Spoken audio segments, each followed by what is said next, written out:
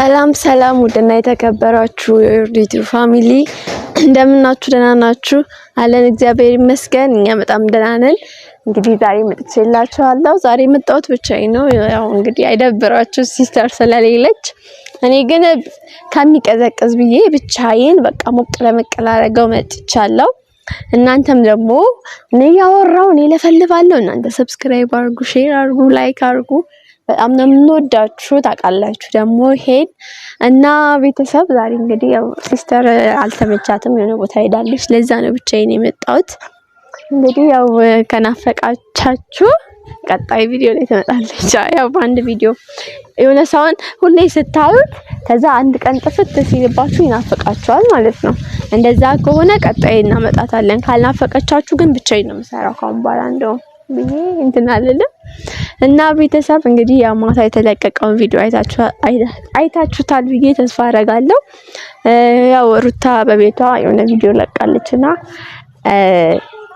አይታችሁ ከሆነ በጣም ተሰምቷት ነው የመጣችው። ብዙ ሰው በጣም ወቀሳ ያቀረበባት ምናምን ነበርና እኔ አሁን ለምሳሌ ያን እንትን አይቼዋለሁ ማለት ብዙ ሰው ምናልባት እንትን ያላት የተናገራት ማለት በቃ ደስተኛ ሆነሽ ለራሱ አስቦ ደስተኛ ሆነሽ ብለን በቃ ተመለሱ ታረቁ ካሁን በኋላ አይደገምም ብለን አስበን ድጋሚ ማንጠብቀው ነገር ስለሆነ ነው እንደዛ እንትን ያልነው። ግን እንደዛም ቢሆን ያው ቶሎ መፍረድ አይቻልም ቤተሰብ። እኔ አሁን ለምሳሌ አይቼ ደንግጬ ነው ጸጥ ያልኩት። ቪዲዮ አልሰራውም አይታችሁ ከሆነ እንዴት ሩታ ለምን እንደዚህ ያላረገችም?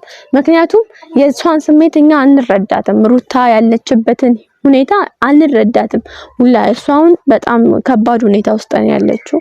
ያው ከነገረችንም ከሰማነውም አንፃር ቤተሰብ አይታችሁት ከሆነ በእርግዝና ወቅትም ብዙ ችግር እንዳሳለፈች ምናምን ሰምተናል። ያን ሁሉ ነገርም አሳልፋ ግን አሁንም ቆማለችና ጀግና ነች ሩታ። የምር እኔ ገርማኛለች። ብዙ ነገር አሳልፋ ብዙ ሰው ወቀሳ ያቀረበባት ነውና በቻላችሁ ታቅም ከቻላችሁ ጸጥ ብትሉ በቃ ባደግ ከቻላችሁ ብትደግፏት ካልቻላችሁ ጸጥ ብትሉ እሷ የደረሰባችሁ ብላችኋለች እኮ ራሱ እኔ የደረሰብኝ ነገር እናንተ ላይ ቢደርስ ምን ታረጉ ነበር ብላለች። እሷ ያው አብርሽ ካረገው እሷ ያረገችው በጣም ጥቂቱ ነገር ነውና ያው የሷ ላይ ነገሩ ለምን እንደገነነ እኔም አልገባኝም። ያው አንዳንድ ሰው በሰዓቱ ስሜታዊ ሊሆን ይችላል በሰዓቱ ያልጠበቀው ነገር ስለሆነ። ነገር ግን ያው ነገሮችን አንዳንዴ ቁም ብለን ማሰብ አለብን። እንዴት እንዲህ ሊሆን ቻለ የሚለውን ነገር ምናምን ቶሎ ከመፍረድ ይልቅ ነገሮችን ማሰብ አለብንና ሩታ ደግሞ በጣም ትችያለሽ እናትዬ ጎበዝ ነሽ። ያው በቀልም አላረኩም በሰበቡ እኮ ልጁን አሳየውታለችና በጣም ነው የገረመኝ። እኔ እንደዚህ አልጠበቅኩም ነበረ። እና በቃ ሩት በርቺ አይዞሽ እንላለን። አንዳንድ ሰዎች ደግሞ ብችሉ ደግፏት ባችሉ ደግሞ ብዙ ወቀሳ አታቅርቡባት።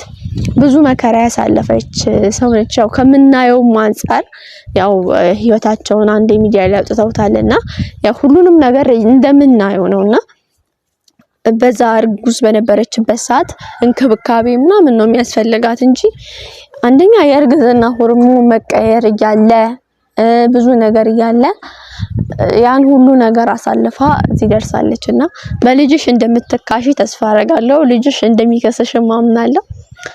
በጣም ነው ያው መልስ በመስጠትሽ ደስ ብሎኛል። ምክንያቱም አንዳንድ ያልተረዱሽ ሰዎች ሊኖሩ ይችላሉ ብዬ አስባለሁ። ምክንያት ያው ማንም ያንቺን ቦታ ካልሆነ አያቅም። የሩታን ቦታ ካልሆነ ስሜቱን ለመረዳት ይከብደናል ብዙዎቻችን ማለት ነው። ሩታ ያለችበት ቦታ ነው ስንሆን ነው መወሰን የሚከብደንና ሩት በጣም በቃ ጀግና ትችያለሽ እናትዬ። የምሬን ነው በጣም አድንቄሻለሁ። በቃ አንቺ ማንንም አትስሚ እና ብዙ አንዳንዴ መከራ ሲበዛ ፈተና ሲበዛ ያው ለትልቅ ነገር ነው ይባላልና እያለሽ ነበር እሷ። የሁሉ ፈተና ማለፍሽ መልካም ነገር ሊያጋጥምሽ ስለሚሆን በርትተሽ በቃ ካሁን በኋላ ልጅሽን ምክንያቱም ያለሽ ተስፋ እሱ ነው። ሌላም ብዙ ተስፋ አለሽ ግን ያው የሁሉ መከራ ያየሽው ለሱ ብለሽ ስለሆነ ልጅሽን ተንከባከቢ። በጣም ልዑልን ለኛም ብለሽ ተንከባከቢልን። ያው እግዚአብሔር በልዑል ይባርክሻል ብዬ ተስፋ አደርጋለሁ። እና ቤተሰብ ሰብስክራይብ ማድረጋችሁን እንዳትረሱ፣ ላይክ አድርጉ፣ ሼር አድርጉ። ያው ሩታ ያለችው ነገር በጣም እንትን ስላለኝ ነው አሳዘነችኝም በጣም ማለት ነው። ያው ይሄው እሱ ካረገው አንፃር እኔ ያረኩት ምን ቢሆን ነው ይሄን ያህል ወቀሳኔ ላይ የሚቀርበው ስትል ቆም ብዬ ሳስበው ልክ ነች። አዎ ማለት አብርሽ ያረገው በጣም ብዙ ነገር ነው። እሱም ተወቅሷል። ግን የሷ የሁሉ ነገር ሳታጠፋ አንድ ትንሽ ጥፋት ሲገኝባት በጣም ገነነ የሷና። ከቻላችሁ ደግፏት፣ ካልቻላችሁ ደግሞ ያው ሴት ልጅ ነች አበረታቷት፣ ካልቻላችሁ ደግሞ ጸጥ በሉ በቃ። ያው ስሜቷን አትጉዱ። አሁን እሷ የራሷ ህይወት መጀመር አለባት ማለት በቃ ልዑልን በስርዓት ማሳደግ አለባት። ደስታ የተሞላ ህይወትና መኖር የሚገባት ብዬ አስባለሁ። ብዙ መከራ ስላሳለፈች ያው እግዚአብሔር ደግሞ ይባርክሻል ብለን ተስፋ እናደርጋለን። ያው ብዙ ነገሮችን እንዳለችው እሷ እግዚአብሔርን የማመስገኛ እንትን ይሆናል ብዬ አስባለሁ። እግዚአብሔር የምታመሰግንበት ነገር ይሆናል ብዬ አስባለሁ። ወደፊት ደግሞ ከዚህ በበለጠ በትልቅ ነገር ትልቅ ቦታ ደርሰሽ አለፈ ያም ነገር አለፈ ብለሽ እንደምታወሪ ተስፋ እናደርጋለን። እና ቤተሰብ ይሄን ልላችሁ ነው የፈለኩት።